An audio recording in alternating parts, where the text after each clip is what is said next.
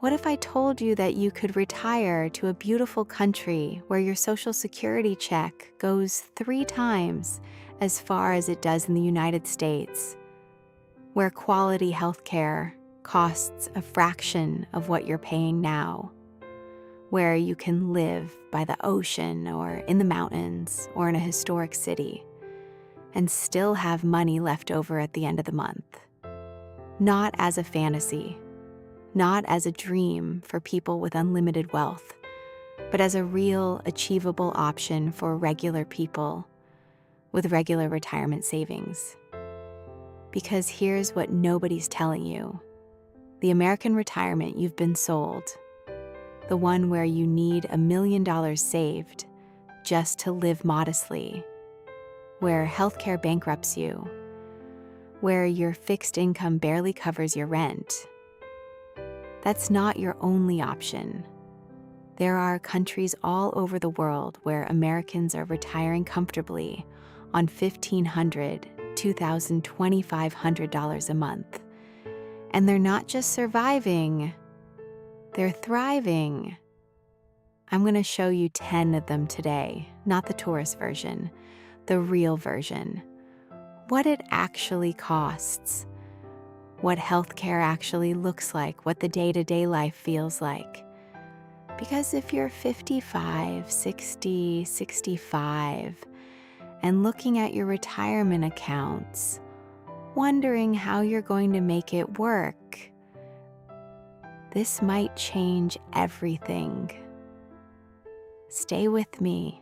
Let me start with 2 countries that consistently rank at the top for American retirees, Portugal and Mexico. And I'm going to tell you why they're not just affordable, but why they offer something deeper. Something you might not even know you're looking for. Portugal. This is a country that feels like stepping back in time, but in the best way. Cobblestone streets, centuries-old architecture, a pace of life that doesn't rush you. And here's what matters. You can live well in Portugal on $2,000 to $2,500 a month. That includes rent, that includes food, that includes utilities and healthcare. A 1-bedroom apartment in Lisbon, the capital, runs about $1,200 a month. But if you move to smaller cities like Porto, Coimbra, or the Algarve region, you can find beautiful places for $700 or $800. Healthcare in Portugal is exceptional, and it's affordable. You can get private health insurance for around $100 to $200 a month, or you can use the public system, which is available to residents and costs almost nothing. I know a couple, Robert and Linda, who retired to Portugal 3 years ago. They were living in California, spending $4,500 a month just to get by. Their healthcare alone was eating up 1/3 of their income. They moved to a small town in central Portugal. Their rent is $650 a month for a 2-bedroom apartment with a view of the hills.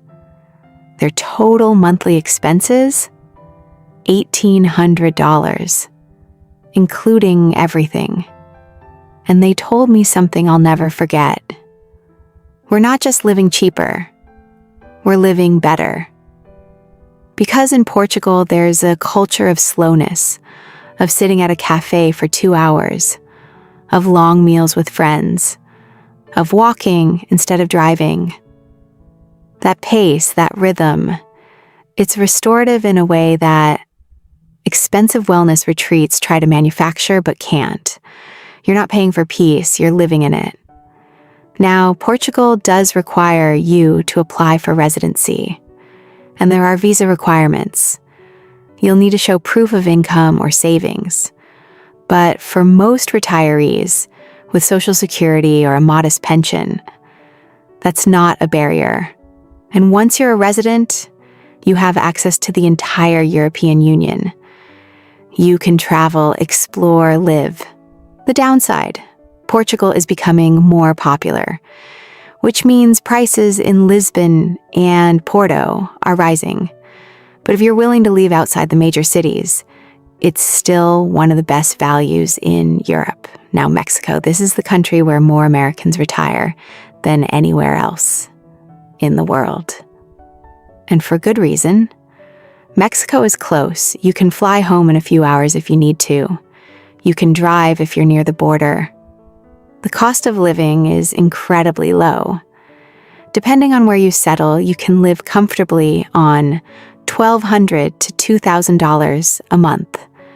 Places like San Miguel de Allende, Lake Chapala, Playa del Carmen, Mérida. These are expat havens with established communities of retirees.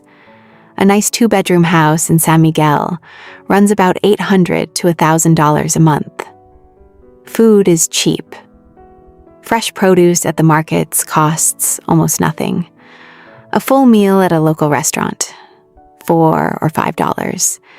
Healthcare is excellent and shockingly affordable. You can get private insurance for around $200 a month, or you can pay out of pocket. A doctor's visit costs $30 to $50. Prescriptions are a fraction of U.S. prices. I met a woman in Lake Chapala named Margaret. She's 72. She retired to Mexico 5 years ago after her husband died. She was living in Arizona, lonely, struggling financially. In Mexico, she found community. There are thousands of expats in Lake Chapala, book clubs, hiking groups, art classes. Her rent is $550 a month for a house with a garden. Her total living expenses are about $1,400. But more importantly, she found purpose again. She volunteers. She's made friends. She's learning Spanish. She's living a life that feels full. And she told me, I thought retirement would be about shrinking, about less. But here it's about more. That's what Mexico offers. Not just affordability, but vitality. The challenges? You need to learn at least some Spanish. The bureaucracy can be frustrating. Now let me take you to 3 countries that offer something slightly different. Costa Rica, Panama, and Spain. These aren't just affordable places to retire. They're places that fundamentally shift how you think about what retirement can be. Costa Rica. This is a country built on a philosophy called Pura Vida, pure life. And it's not just a tourist slogan. It's woven into the culture. Costa Ricans prioritize happiness, health, and connection over wealth and status. And when you retire there, you absorb that priority by osmosis. The cost of living is moderate, not as cheap as Mexico, but still far less than the U.S. You can live comfortably on $2,000 to $2,500 a month. Rent for a nice apartment near the beach or in the Central Valley runs about $800 to $1,200. Food is affordable if you eat locally.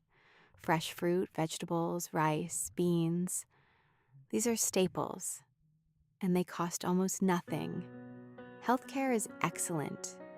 Costa Rica has a public healthcare system called Caja, and once you're a resident, you can join for about $100 a month based on your income. Or you can use private healthcare, which is world-class and still a fraction of U.S. costs. I know a man, David, who retired to the mountains outside San Jose at 63. He has a heart condition. In the U.S., his medications and doctor visits cost him nearly $1,000 a month, even with insurance. In Costa Rica, his private cardiologist visits cost $50. His medications cost $80 a month total. And the quality of care? He says it's better than what he had in the States. More time with doctors, more personalized attention. But here's what Costa Rica really offers: nature, rainforests, beaches, volcanoes, wildlife. If you've spent your life in cities, in concrete, in noise. Costa Rica gives you back the natural world. And that reconnection, that daily exposure to beauty, it changes you. David told me he wakes up to the sound of howler monkeys. He takes his coffee on his porch overlooking the valley. He hikes every afternoon. I'm healthier here at 68 than I was at 60, he said. Not because of the healthcare, because of the life. The challenge is, Costa Rica can feel isolated if you don't speak Spanish. The expat communities exist, but they're smaller than Mexico. And importing a car is expensive. Bureaucracy is slow. But if you're someone who craves nature, who needs beauty as much as affordability, Costa Rica delivers. Panama. This is the country that's designed itself specifically to attract retirees. They have a special visa program called the Pensionado, which gives you residency if you have a pension or Social Security of at least $1,000 a month. And the benefits are incredible, discounts on everything. Utilities, hotels, restaurants, medical services, even movie tickets. The cost of living is affordable. You can live well on $2,000 to $2,500 a month. Panama City is cosmopolitan, modern. It feels like Miami, but cheaper. But if you want something quieter, there are mountain towns like Boquete or beach towns on the Pacific coast. Rent in Boquete for a 2-bedroom house runs about $700 to $900. In Panama City, you'll pay more, but you also get access to world-class amenities. Healthcare is excellent. Panama has some of the best hospitals in Latin America. And with the Pensionado discount, healthcare is even more affordable. I met a couple, Tom and Susan, who retired to Boquete 4 years ago. They love the weather. Boquete sits at elevation, so it's cool year-round. No need for air conditioning. They love the community. There's a large expat population. English is widely spoken, and they love the convenience. Panama uses the US dollar, so there's no currency exchange to worry about. Their monthly budget is about $1,900. And they travel constantly because Panama is a hub. You can fly anywhere in Central or South America cheaply. The challenge with Panama? It's more expensive than some other options on this list. And Panama City, while modern, can feel crowded and impersonal. But if you want infrastructure, if you want modern conveniences alongside affordability, Panama delivers. Now, Spain. Spain is different from the other countries I've mentioned so far. It's not the cheapest option, but it offers something that's hard to quantify. Culture. Deep, rich, centuries-old culture, art, architecture, food, history, a way of life that's been refined over generations. And for some people, that cultural richness is worth paying a bit more for. You can live in Spain on $2,500 to $3,000 a month, depending on the city. Barcelona and Madrid are expensive, but cities like Valencia, Seville, Granada, Malaga, these are beautiful, vibrant, and much more affordable. Rent for a 1-bedroom apartment in Valencia runs about $700 to $900. Food is incredible and reasonably priced. Spain has markets where you can buy fresh fish, produce, cheese, wine for very little. A meal at a neighborhood restaurant costs $10 to $15. Healthcare is world class. Spain has a public system, and once you're a resident, you can access it. Private insurance is available for about $150 to $200 a month. But here's what Spain really offers: a lifestyle, the siesta culture, the long lunches, the evening paseos, where entire cities walk through the streets just to be together.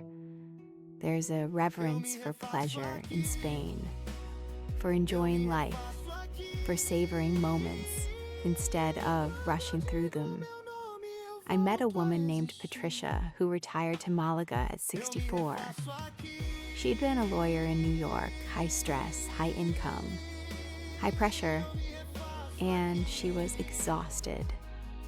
In Malaga, she rented an apartment 2 blocks from the beach, $900 a month. She spends her mornings walking along the water, her afternoons reading at cafes, her evenings at tapas bars with friends she's made. I forgot what it felt like to enjoy a meal, she told me. In New York, I ate at my desk. Here, I sit for 2 hours, I talk, I taste, I'm present. That presence, that permission to slow down and actually live, that's what Spain offers. The challenge is, Spain requires more paperwork for residency than some other countries. The visa process can be slow, and you need to learn Spanish.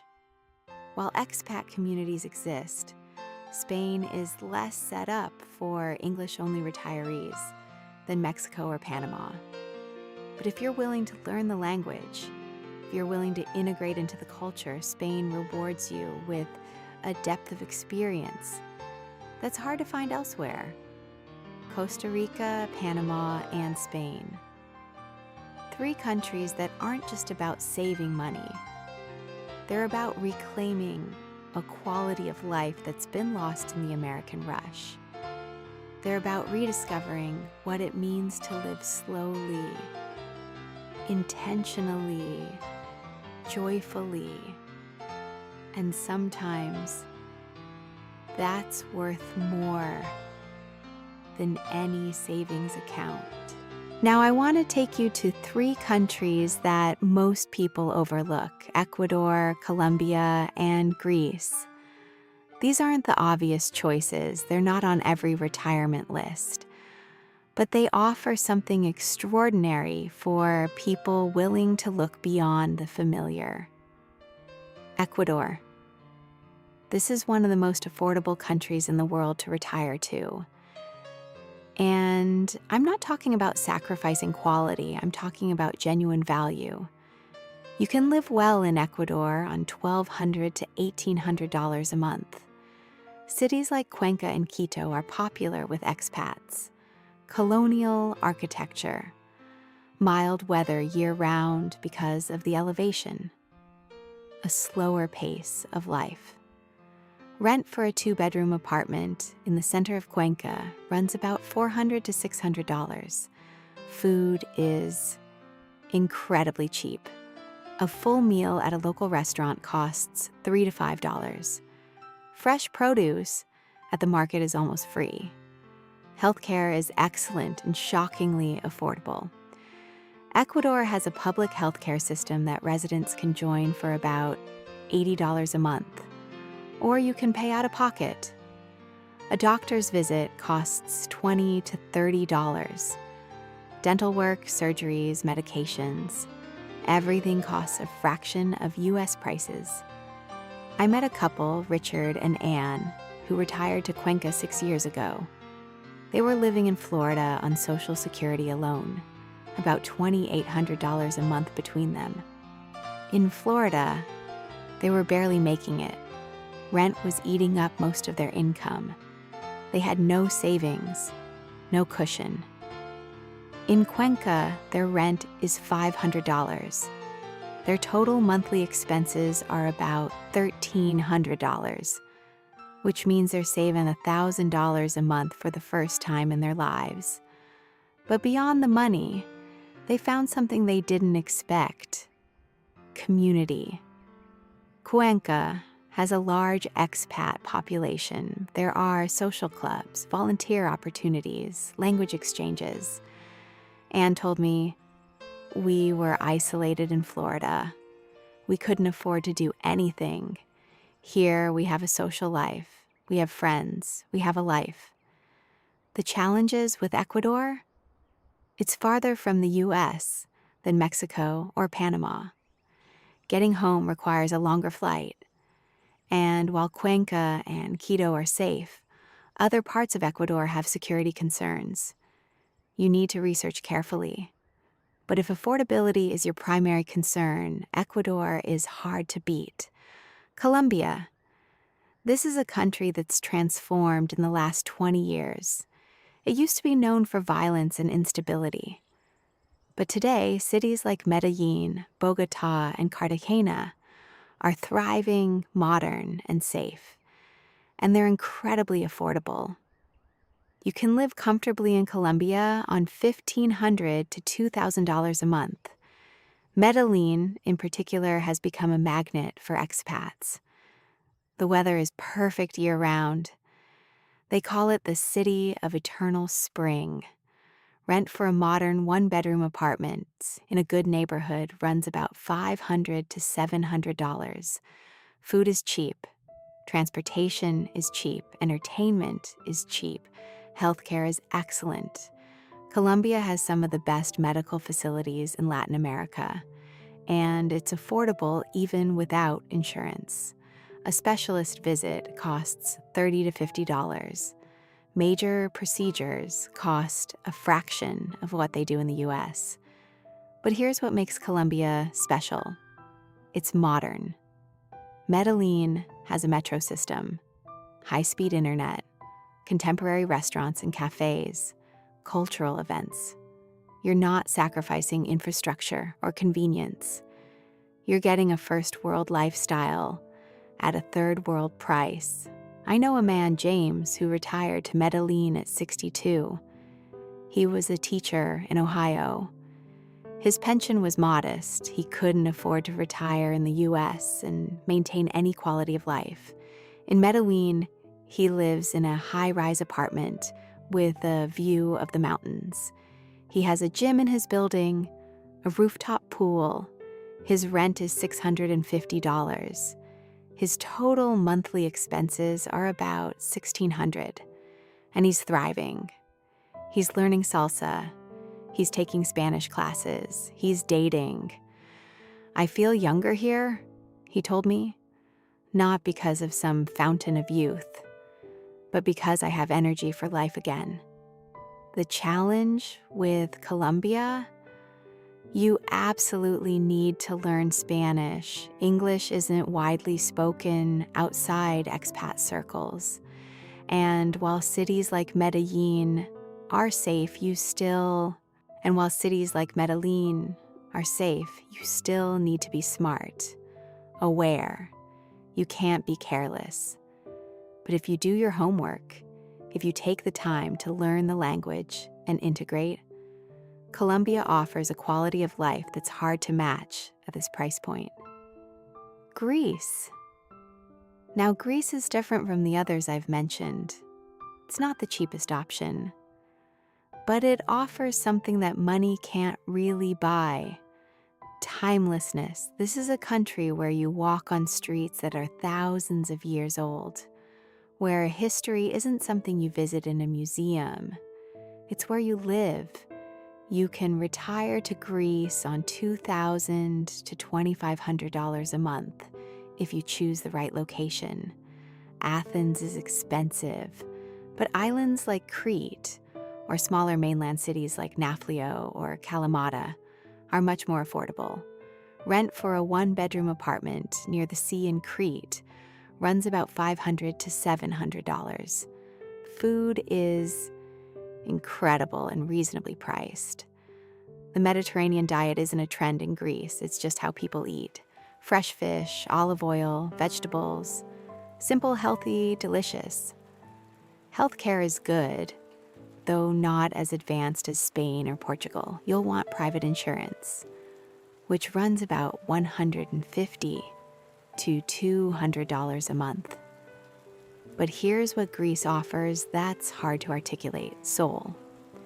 There's a depth to life in Greece, a connection to something ancient, a rhythm that feels elemental. People sit at tavernas for hours. They talk, they argue, they laugh.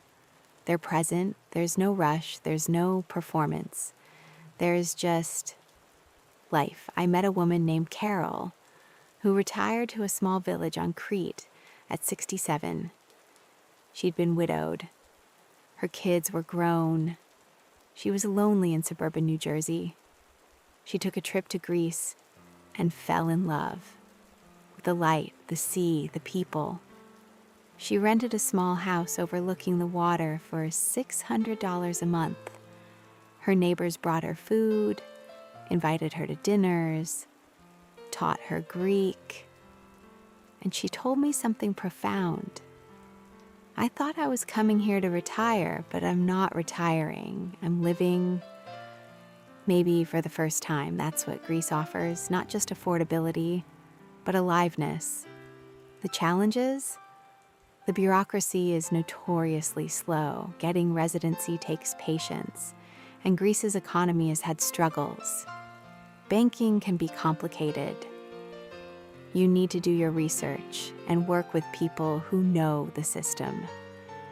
But if you're someone who craves beauty, who needs to be surrounded by history and culture and the sea, Greece will feed your soul in ways that go far beyond the financial savings. Ecuador, Colombia, and Greece. 3 countries that aren't on everyone's radar. But for the right person, they offer exactly what retirement should be. Not an ending, but a beginning. A chance to live differently. To prioritize what actually matters. To build a life around beauty, connection, and presence, instead of just survival. That's the gift these countries offer, and it's available to you right now, if you're willing to take the leap. Now let me take you to the final 2 countries on this list, Thailand and Malta. These are the outliers, the ones that require a bit more courage, a bit more willingness to step outside your comfort zone. But for people who are ready for something radically different, they offer experiences that will transform not just your finances, but your entire relationship with what it means to live well. Thailand. This is the farthest country from the United States on this list. Geographically, culturally, and that distance requires something from you. It requires surrender. Surrender to a completely different way of life. A different language, a different rhythm, a different philosophy. But if you can surrender, if you can let go of needing everything to be familiar, Thailand offers something extraordinary. You can live exceptionally well in Thailand on $1,200 to $1,800 a month. Cities like Chiang Mai in the north are popular with expats. The cost of living is incredibly low. The quality of life is incredibly high. Rent for a modern 1-bedroom apartment in a good area of Chiang Mai runs about $300 to $500 a month. Food is cheap and delicious. You can eat street food for $2 or $3 a meal. A nice restaurant meal costs $8 to $10. Transportation is cheap. A motorbike taxi across town costs $1. Monthly utilities run about $50. Healthcare is excellent. Thailand has world-class hospitals, especially in Bangkok and Chiang Mai. And the costs are shockingly low. A doctor's visit costs $20 to $30. Major surgeries that would cost $50,000 in the US cost $5,000 or $6,000 in Thailand. And the quality? Often better than what you'd get in the States. More time with doctors, more personalized care, less bureaucracy.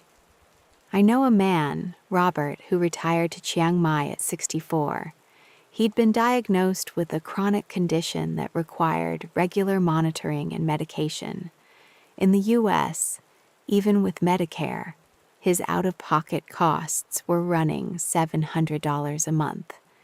In Thailand, his total healthcare costs are about $120 a month, including medications, doctor visits, and tests. But beyond the savings, he found a culture that treats aging differently. In Thailand, elders are respected, honored.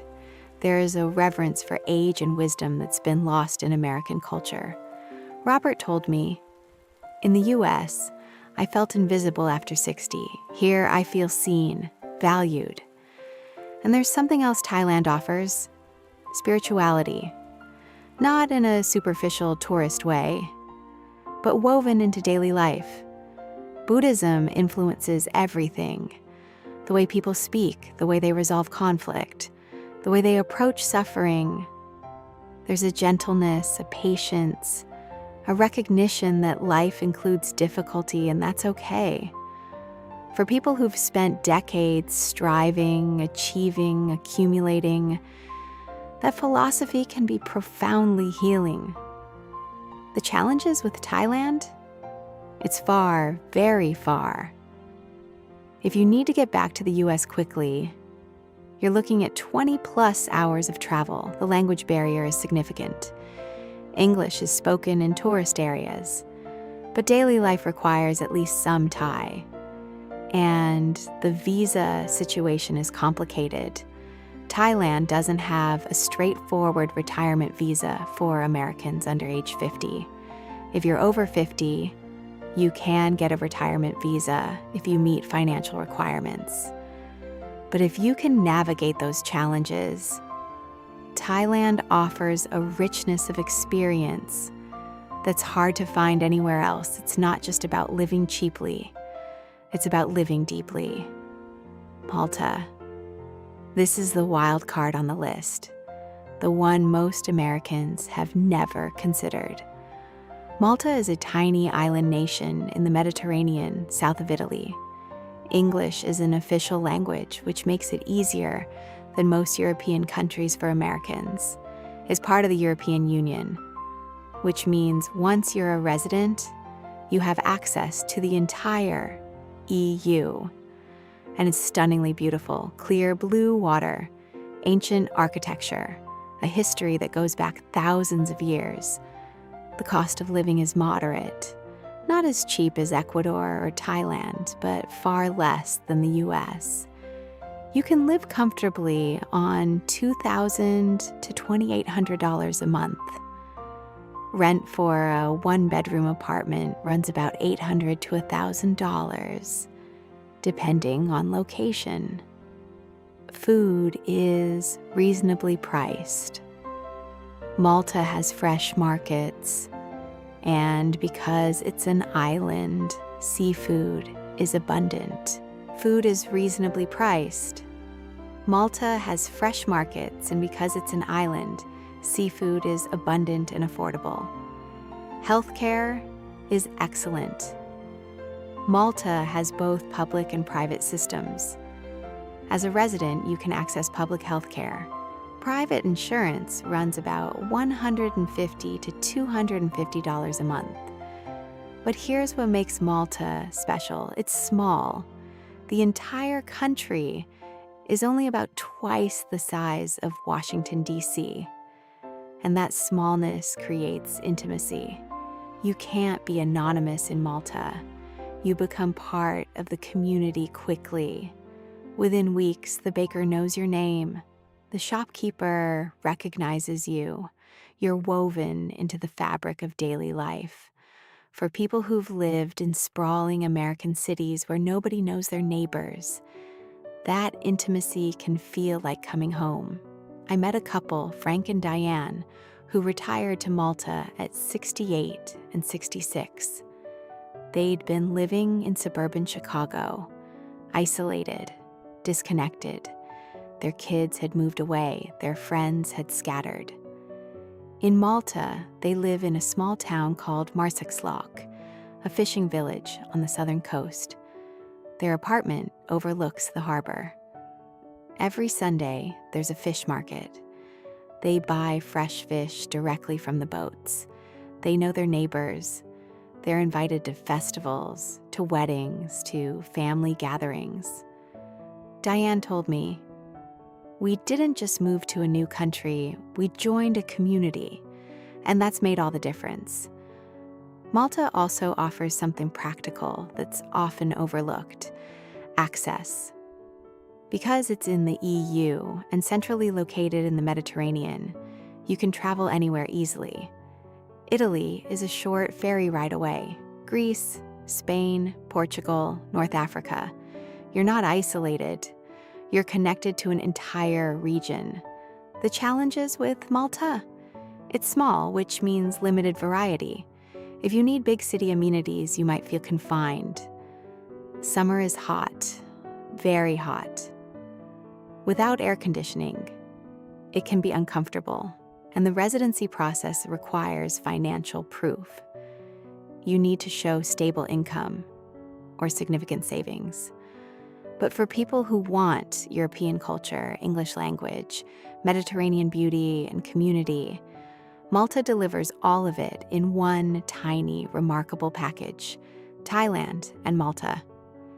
Two countries that couldn't be more different from each other. One in Southeast Asia, rooted in Buddhism, affordable beyond measure. The other in Europe, rooted in history, community-focused, accessible. But both offer the same fundamental gift: the chance to live a life that's not defined by scarcity, not defined by fear, not defined by the American narrative that retirement means shrinking. In Thailand, in Malta, in all 10 of these countries, retirement means expansion. Expansion of experience, of possibility, of what your life can still become. And that expansion, that's available to you, not someday, not when you have more money or more courage or more certainty. Now. Now, I know what you're thinking, because I've had these conversations 1,000 times with people considering this leap. And the questions are always the same. The fears are always the same. So let me address them directly, honestly, without sugarcoating. First question: what about my family? This is the biggest one, the one that stops people before they even start researching. You're thinking, I can't leave my kids, my grandkids.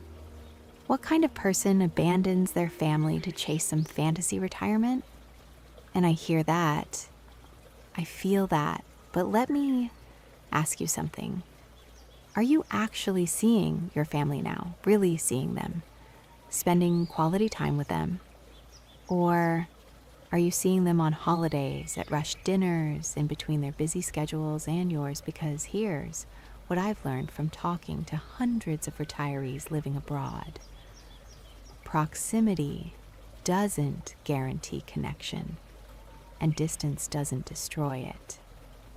The couple I mentioned in Portugal, they see their daughter more now than they did when they lived 20 minutes away. Because now, when she visits, it's intentional. She comes for a week. They actually spend time together. They talk, they connect. It's not the obligatory Sunday dinner where everyone's on their phones. It's real time, quality time. And video calls? They've made staying connected easier than it's ever been. You can FaceTime your grandkids every day if you want. You can watch them grow up, be part of their lives. From Portugal, from Mexico, from Thailand. I'm not saying distance is easy. I'm saying it's not the barrier you think it is. And here's the other truth. Your family might benefit from you being happy, from you modeling what it looks like to choose yourself, to live fully, to not just survive retirement, but thrive in it. That's a gift you give them, not a betrayal. Second question, what about healthcare? This is the practical fear, the legitimate one. You're thinking, what if I get sick? What if I need serious medical care? What if the healthcare system in another country can't handle it? And here's the truth. Healthcare in many of these countries is better than what you're getting in the US. Not just cheaper, better, more attentive, more personalized, less bureaucratic. In Thailand, you see a specialist the same day you call. In Portugal, doctors spend 30 minutes with you, not 7. In Mexico, your doctor gives you their cell phone number. In Costa Rica, you can afford treatments that would bankrupt you in the States. Now, does that mean you should move to Ecuador if you have stage 4 cancer and need cutting-edge treatment? No, there are limits. Some countries have better healthcare infrastructure than others, but for routine care, for chronic condition management, for most medical needs, these countries offer excellent care at a fraction of the cost. And here's something most people don't consider. You can always come back. If you have a serious medical issue that requires specialized U.S. care, you fly back, you deal with it, then you return. Retiring abroad doesn't mean burning your passport and never setting foot in America again. It means living where your money goes further and your life feels fuller, and having the option to return when necessary. Third question, what about safety? This is the fear that media has amplified. The fear that everywhere outside the US is dangerous. And yes, there are dangerous places. I'm not pretending otherwise. But the cities and regions I've mentioned in these 10 countries, they're safe, often safer than major American cities. I've talked to retirees in Cuenca who walk home alone at midnight, in Chiang Mai, who leave their doors unlocked, in Malta, who've never felt threatened. Compare that to many American cities where people won't walk certain neighborhoods even in daylight. The key is research and common sense. Don't move to the first place you read about online. Visit first. Talk to expats who live there. Ask about safety, about which neighborhoods are good, which to avoid. Join Facebook groups for expats in that country. Ask questions, get real answers from real people, and understand that every country has safe areas, unsafe areas. Just like the US, you wouldn't move to a dangerous neighborhood in Detroit. Don't move to a dangerous neighborhood in Mexico City. Use the same discernment you'd use here. Fourth question, won't I be lonely? This is the emotional fear, and it's real. You're imagining yourself sitting alone in a foreign country where nobody knows you. But here's what actually happens. Expat communities exist in every country I've mentioned. There are Facebook groups, social clubs, volunteer opportunities, language exchanges. Within weeks, you'll have friends, and you'll also make local friends because you're present, because you're not rushing, because you have time for connection. The couple I mentioned in Malaga, they knew everyone in their neighborhood within 3 months. The man in Chiang Mai, he's part of a community of retirees. He goes to dinners, hikes, study groups. The woman in Crete, she's been adopted by her village, invited to weddings, to celebrations. Loneliness isn't about geography. It's about isolation. And move into a place where you have time, where you have freedom, where you're building a life instead of just existing. That actually alleviates loneliness. It doesn't create it. Fifth question, what about visas and bureaucracy? This one's legitimate. Bureaucracy is real. It's frustrating. It requires patience, but it's also solvable. Most countries have websites explaining visa requirements. Many have expat resources that walk you through the process.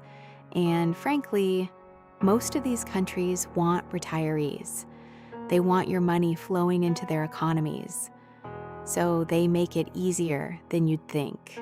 Portugal, Panama, Mexico, Costa Rica, They all have specific visa pathways for retirees. It takes time, it requires paperwork, but it's not impossible. And if you're not ready for visa complexity, you can start with longer tourist stays, spend time in a country on a tourist visa. See if you like it, then deal with residency. Sixth question, can I really afford this? This is the financial question, and the answer is probably yes. If you have Social Security, if you have a modest pension, if you have any stable income at all, you can probably afford to retire to one of these countries. Would you want to live in Thailand on $1,200 a month? No, but you don't have to. You can choose Portugal or Panama or Mexico or Colombia, where you can live well on $2,000. And if your Social Security is $2,000 a month, you're already there. You're not choosing between poverty and comfort. You're choosing between scraping by in the US or living well abroad.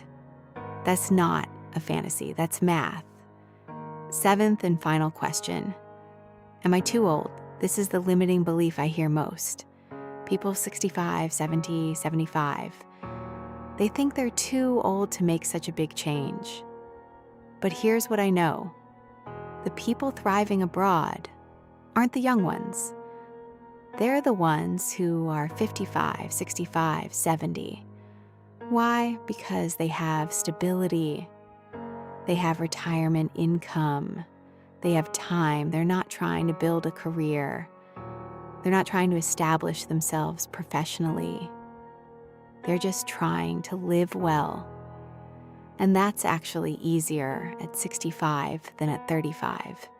You're not too old. You're exactly the right age. These are the fears. These are the questions. And here's what I want you to know.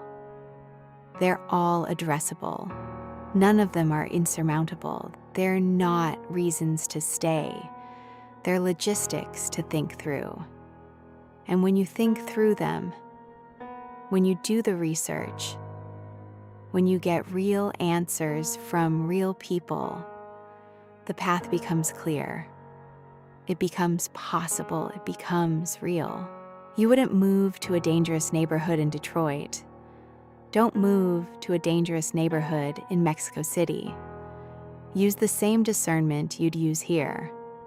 Fourth question. Won't I be lonely? This is the emotional fear, and it's real. You're imagining yourself sitting alone in a foreign country where nobody knows you. But here's what actually happens. Expat communities exist in every country I've mentioned. There are Facebook groups, social clubs, volunteer opportunities, language exchanges. Within weeks, you'll have friends. And you'll also make local friends because you're present, because you're not rushing, because you have time for connection. The couple I mentioned in Malaga, they knew everyone in their neighborhood within 3 months. The man in Chiang Mai, he's part of a community of retirees. He goes to dinners, hikes, study groups. The woman in Crete, she's been adopted by her village, invited to weddings, to celebrations. Loneliness isn't about geography. It's about isolation and moving to a place where you have time, where you have freedom, where you're building a life instead of just existing. That actually alleviates loneliness. It doesn't create it. Fifth question, what about visas and bureaucracy? This one's legitimate. Bureaucracy is real. It's frustrating. It requires patience. But it's also solvable. Most countries have websites explaining visa requirements.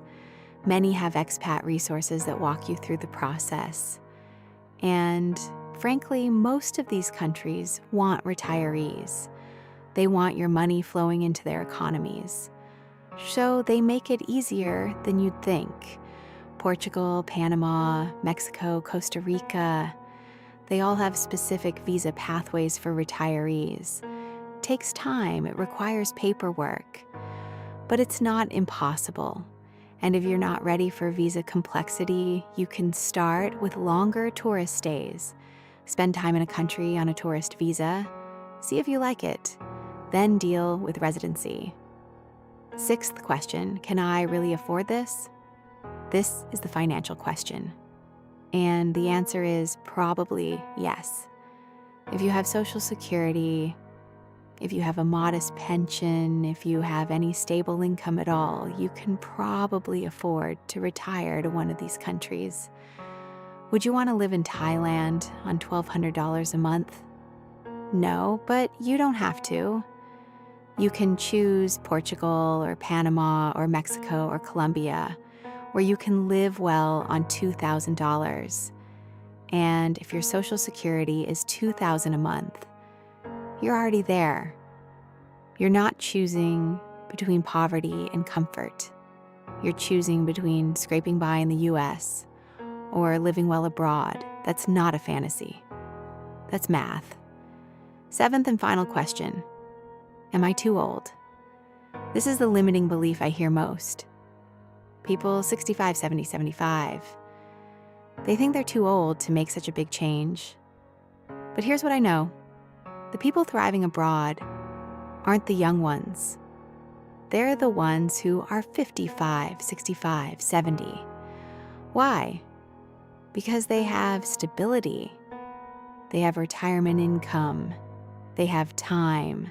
They're not trying to build a career. They're not trying to establish themselves professionally. They're just trying to live well. And that's actually easier at 65 than at 35. You're not too old. You're exactly the right age. These are the fears. These are the questions. And here's what I want you to know. They're all addressable. None of them are insurmountable. They're not reasons to stay. They're logistics to think through. And when you think through them, when you do the research, when you get real answers from real people, the path becomes clear. It becomes possible. It becomes real.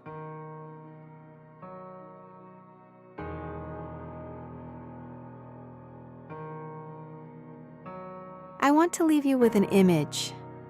It's a Tuesday morning in Lisbon. I'm sitting at a cafe in my neighborhood. The light is golden. There's a breeze that carries the smell of the sea. An elderly Portuguese woman sits next to me. We've never spoken before, but she smiles. I smile back. A man walks by with a dog. He nods. I nod. This is my life now. Small moments, connection, presence, no meetings, no deadlines, no performance, just life. And I'm thinking about where I was 8 years ago. Sitting in a corporate office, in a gray suit, watching the clock, wondering if this was all there was. Wondering if the next 30 years would look like the last 30 years. Wondering if I'd ever feel alive again. And the answer, it turns out, was yes. Not because I escaped to some fantasy retirement, but because I was willing to question the narrative I'd been sold. The narrative that says this is how life has to be. Work until 65, retire to the suburbs, wait to die. There are other narratives, other possibilities, and one of them might be waiting for you. You don't have to choose Portugal. You don't have to choose any of these 10 countries. But you could choose differently. You could choose a life where your money goes further and your time is actually yours. You could choose a place where people take long meals and value connection over productivity. You could choose to be a beginner again, learning a language, making new friends, discovering what's possible. You could choose adventure or peace or both. The only thing you can't choose is staying exactly where you are and expecting to feel differently. That's not an option because time is moving, whether you acknowledge it or not. And every day you spend in a life that doesn't fit you is a day you're not spending in a life that does. So here's what I want from you. Research one country. Just one. Spend an hour. Look at housing costs, healthcare, what the daily life looks like. Talk to one person who lives there. Let yourself imagine it, not as a fantasy, but as a real possibility. Because possibility is where everything begins. And you might be surprised what becomes possible once you allow yourself to imagine it. Subscribe to this channel because we're going to keep exploring this. We're going to dig deeper into each country. We're going to talk about the practical steps, the visa requirements, the real costs.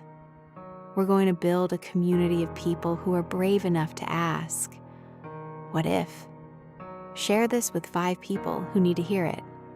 A friend who's stuck in retirement, a parent who's wondering about their next chapter, a colleague who's questioning everything. Give them permission to imagine something different. And leave a comment. Tell me, which country called to you? What's holding you back? What would need to happen for you to take the leap? Because your voice matters.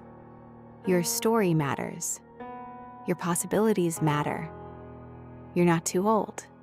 You're not too late. You don't need more money or more courage or more certainty. You just need to be willing to question what you've been told and to imagine what comes next. The world is waiting for you. In the cafes of Lisbon, the beaches of Mexico, the mountains of Ecuador, the temples of Thailand. Your next chapter is waiting. All you have to do is say yes. I'll see you there.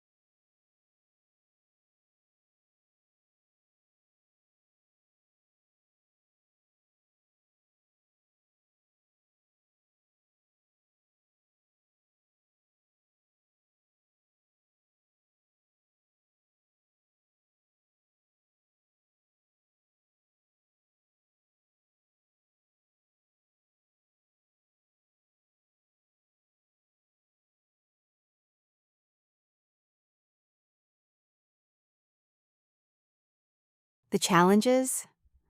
You need to learn at least some Spanish. The bureaucracy can be frustrating, and safety varies by region. You can't just move anywhere in Mexico. You need to research, talk to people who live there, visit first.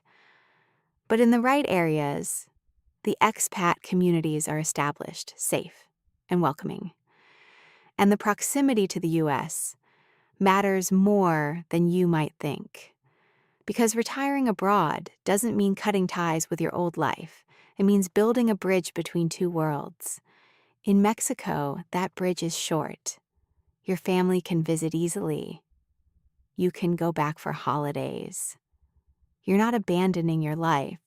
You're expanding it. Both Portugal and Mexico offer something crucial that goes beyond the numbers. They offer a different relationship with time. In America, even in retirement, there's this relentless pressure to be productive, to stay busy, to justify your existence. But in Portugal, in Mexico, there's permission to just be, to sit, to watch, to exist without apology. And for people who've spent 50 years working, achieving, producing, that permission might be the most valuable thing these countries offer.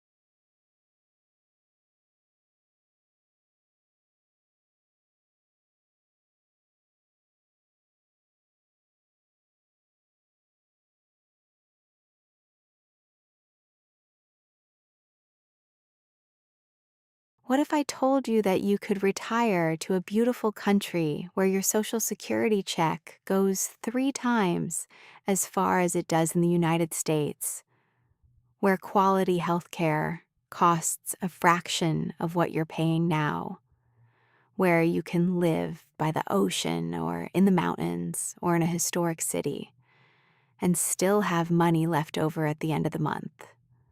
Not as a fantasy, not as a dream for people with unlimited wealth, but as a real, achievable option for regular people with regular retirement savings. Because here's what nobody's telling you: the American retirement you've been sold, the one where you need $1 million saved just to live modestly, where healthcare bankrupts you, where your fixed income barely covers your rent, that's not your only option.